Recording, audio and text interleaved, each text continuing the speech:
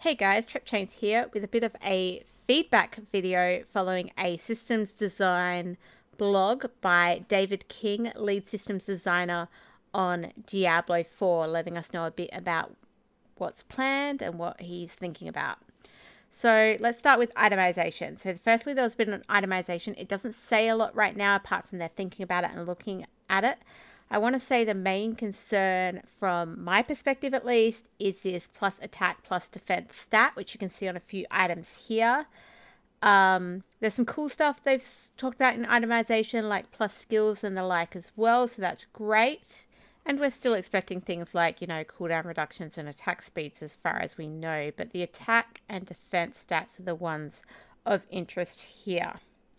So I guess my feedback is that if we want plus attack and plus defense, replacing main stat and vit, not really ideal, but if we really want to do that, we need to consider balancing such that the class or character has a significant amount of this base attack and defense initially, such that it's not critical from gear. And I don't really see that here, because we see hundreds in these, and you go to Mythic and you see over 6,000 plus to attack and defense. So it looks like we're getting a significant amount of this from our items, which isn't really ideal in my opinion. So hopefully following, I think, the feedback from a number of camps, they're going to relook at this itemization and give us another update later. So moving on to some of the other things mentioned in this post, which includes elective mode. I'm seriously happy that they mentioned elective mode in this post. Elective mode was one of the things that I felt was missing in the demo at BlizzCon, and hence was one of the things I tried to ask in a question. So it's really great that they've answered in this post and that we will get elective mode. Yes, very important. Okay. Ancient items. David indicated in this blog post that they're revisiting the idea of ancient items because of the potential unclear purpose. Now, for me, at BlizzCon, it wasn't really clear about ancients. I didn't see any ancients personally, apart from in this slide here, hearing about them. I didn't actually see any items in game, so I don't really know what purpose they were intended to serve as such. So whether I think they're necessary or not kind of depends on the context. For the purpose of this feedback, I'm going to assume they're more powerful, effectively legendaries, possibly with a higher plus attack plus defense stat. Not really sure because we weren't shown these. On that basis, some of my thoughts depend on how we will be finding these ancients. Assuming that we're able to find all the gear we want and need, including ancients, I don't really have a problem with having a higher tier legendary item effectively. But if the rarity would be balanced based on trading, and therefore the rarity of ancients is really rare and you're meant to trade for them, then honestly I'd prefer the ancients were just removed.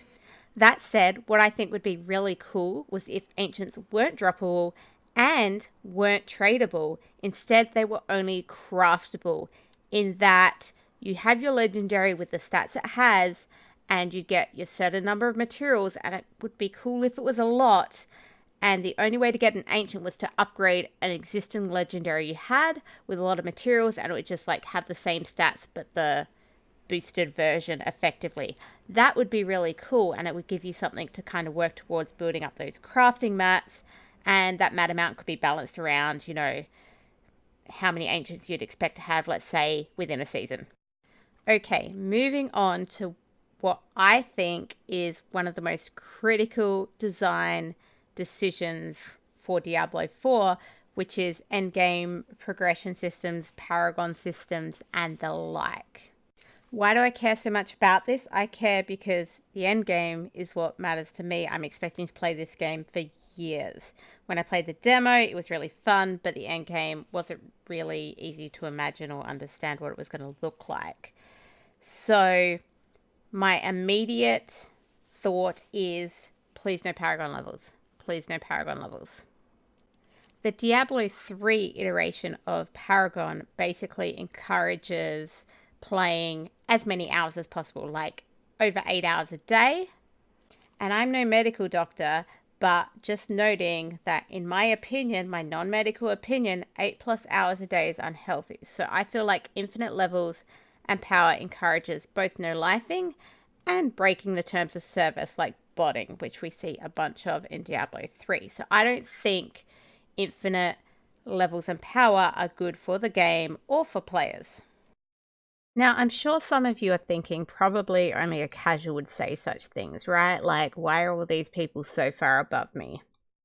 So I just wanted to have a little bit of a look at my Diablo 3 profile and the hours that I've been putting in over here in Diablo 3 to envision what I'm hoping I'm going to get out of the future of Diablo 4.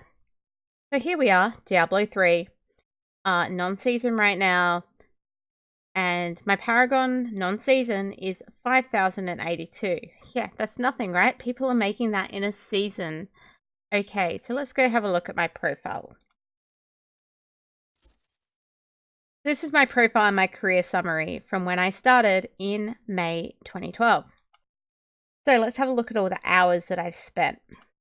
On a barbarian, funnily enough, I only really recently started playing a barbarian. Some people have noticed. Overall, I've got 410 hours and 30 minutes on that. On a demon hunter, my favorite class, I have 4,063 hours and 49 minutes. On a necromancer, because, you know, they were cool, they're used in rat runs, 723 hours and 39 minutes. On a crusader, you can see I haven't played this much, right? 22 hours and 20 minutes. On a monk, my second favorite class, close to my heart, 2,189 hours and 42 minutes. And on a witch doctor, clearly also almost neglected as much as a crusader, but not quite, 60 hours and 53 minutes. Finally, the wizard, 233 hours and 21 minutes. All up, if you add up all those numbers, it's over 7,706 hours of playtime. And some of this was before Paragons came out, you know, so that's not all gone into that Paragon number you see right there. But that 7,706 hours is pretty much 321 days. So that's a lot of game time, and I hate Paragon. Just quietly, I hate Paragon. Why? Because it is so important. So in Diablo 3, at least. So in Diablo 3, you know, the highest Paragon basically can effectively DPS, and the rest of you, well, you get to play the supports, right? I've spent a lot of time on a support monk, as if anybody's watched me ever, they probably know that. Sometime now on a support barb recently, and you know, these witch doctor hours, they were mostly on a support witch doctor way back when, right? So, you know, Paragon in Diablo 3 is way too powerful. If someone's 1,000 Paragon above me, and they often are in seasons, because my seasons I get up to like season 18, 2,546, season 17, 2231, season 16, I rocked. I cracked 3,000 back in season 16, 3046. Season 15, 2760, etc., right? It'll go lower now as we go back because, you know, there's been buffs, which means XP is easier to get. And I probably started playing more as well, right? And back here, I didn't play as much. So, you know, I've put in a lot of hours, and I believe Paragon's a big problem. And that is based on the current Diablo 3 system and that it is all powerful. So flicking back to David Kim's post now. Okay, so I've highlighted a couple of points in this progression system post that I think are important. Firstly, a finite system that grants 1,000,000 times more power than an infinite system. Basically meaning that perhaps it could be balanced so there is some progression, but it's at very, very low value. And honestly, if there was going to be a secondary leveling system, I think that is absolutely critical.